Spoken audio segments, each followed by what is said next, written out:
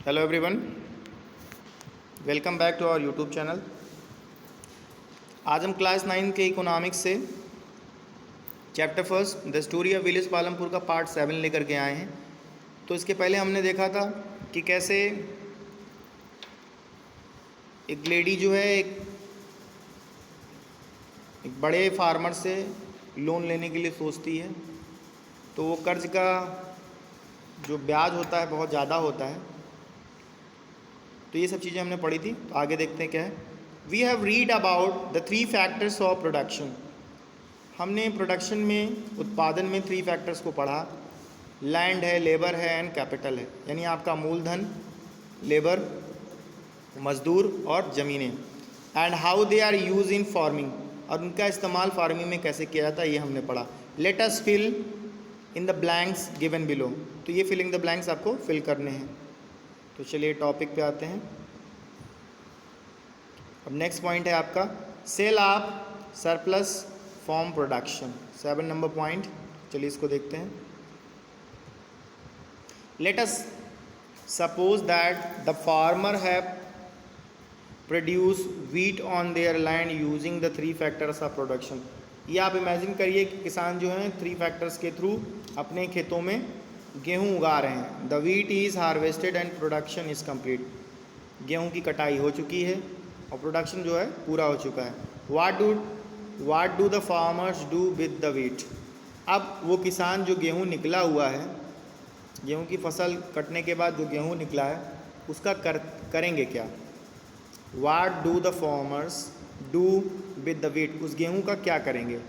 They retain a part of wheat for the family consumptions and sells the surplus wheat.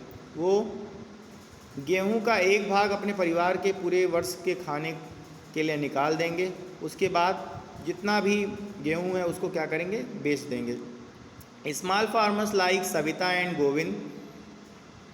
Govind son have little surplus wheat because their total production is small and from this a substantial share is kept for their own family needs। अब देखो जो छोटे किसान हैं, जैसे आपके सविता, इसके पहले हम पढ़े थे, और गोविंद, इस तरह के छोटे किसान हैं जिनके पास छोटी सी ज़मीनें हैं। इनके लिए तो कठिन है बेच पाना। इसलिए कठिन है बेच पाना क्योंकि इनके पास ज़मीनें कम हैं। ज़मीनें कम होने की वजह से इनके खेतों में उतने गेहूं निकल नहीं पाए हैं। तो वो जो गेहूं निकला हुआ है व्हीट, वो इनके परिवार के पूरे वर्ष के खाने के लिए ही पर्याप्त है। उससे ज़्यादा ये उसको सेल नहीं कर सकते। तो आगे देखते हैं क्या हुआ। A small and from this a family needs. चलिए, production is small and from this a substantial share is kept for their own family needs. वो अपने परिवार भर का ही उनके होता है।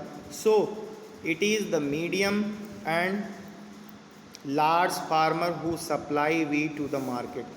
तो ये जो गेहूं आपके मार्केट में दिखाई देता है, जो गेहूं आया होता है, ये गेहूं मध्यम वर्ग के किसान जिनके पास मोर देन 2 हेक्टेयर्स की ज़मीनें हैं, और जो लार्ज एरिया के फार्मर हैं जिनके पास मोर देन 10 हेक्टेयर की ज़मीनें हैं, जो बड़े किसान हैं जिनके पास ज़मीनें बहुत ज़्यादा है, वही लोग अपने गेहूं का कुछ पार्ट्स अपने खाने के लिए रख लेते हैं।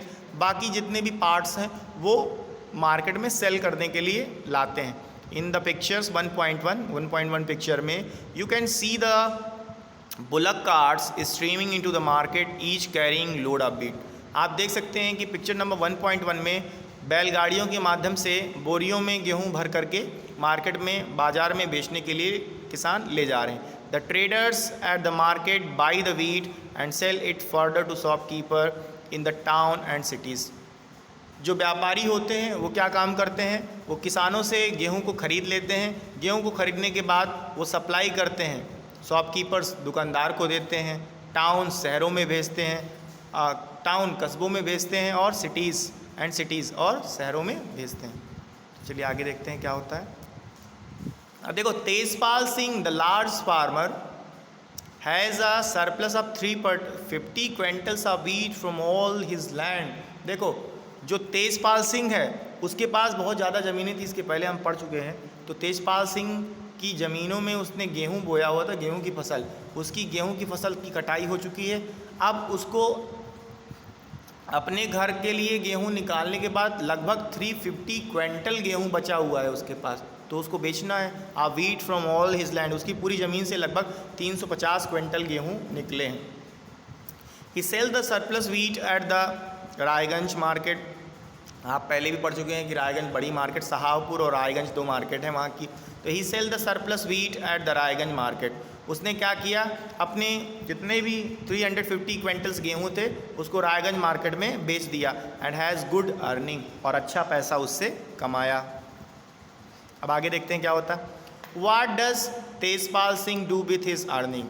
अब क्वेश्चन ये आ रहा है कि तेजपाल ने जब अच्छा पैसा कमा लिया है 30-40,000 रुपीज़, 50,000 रुपीज़, तो अब वो उन पैसों का क्या करेगा।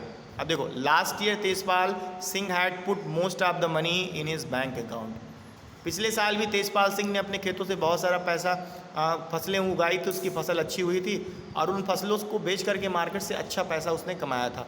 तो वो सारे पैसे उसने क्या काम किए थे, अपने बैंक में जमा किए थे, अपने अकाउंट में, बैंक के अकाउंट में उसने जमा किए थे। The money in his bank account, अपने बैंक के अकाउंट में जमा किए थे। देखो, later he use the saving for lending to farmers like Savita who were in need of a loan. देखो, उसके बाद वो क्या काम करता था, तेजपाल सिंह जो पैसा बैंक में रखता था, जब कोई सविता जैसी कोई किसान, गरीब किसान उसके पास आता था तो उसको ब्याज पे पैसे देता था। यानी सविता को उसने 3,000 रुपये देने का वादा किया, उसको दिया 3,000 रुपये, लेकिन उसके लिए उसने उससे 24%, 24%, यानी पर 124 रुपीज़, यानी 100 रुपये उसने दिए तो उसका 24 रुपये उसको एक्स्ट्रा देना पड़ता लौटाने पे। तो इस प्रकार से उसने 3,000 रुपये दिए, तो 3,000 का 24%, 4 मंथ के लिए उसने सविता को पैसा दिया। तो वही काम करता था, पैसे जमा करता था बैंक में, उसके बाद जो उससे मांगने आता था उसको देता था ब्याज पे। आगे, he also use a saving to arrange for the working capital of for farming in the next season. इसके साथ ही साथ वो जो वर्किंग कैपिटल यानी मूलधन जो होता था उसको रख लेता था, किस लिए, ताकि अगले साल जब वो फसल की बुआई करे तो उसके पास पैसा रहे, उसे किसी से मांगना ना पड़े, वो पैसा वो उसमें लगा दे। Okay, this year Tejpal Singh plans to use his earning to buy another tractor. अब देखो, तेजपाल सिंह इस बार जो पैसे उसको मिले हैं 350 क्विंटल्स गेहूँ बेचने के बाद, तो उसने ये निर्णय ले लिया कि इस बार वो क्या काम करेगा कि वो जो पैसा आया उसको बैंक में नहीं जमा करेगा, उसका एक ट्रैक्टर खरीद लेगा। ठीक है, आगे देखते हैं। Another tractor would increase is fix capital. अब जब दूसरा ट्रैक्टर वो खरीद लेगा तो जाहिर सी बात है कि उसकी इनकम बढ़ जाएगी, खेतों में जुताई वगैरह ट्रैक्टर करते हैं। आगे देखो, like Tejpal Singh other large and medium farmers sell the surplus farms products.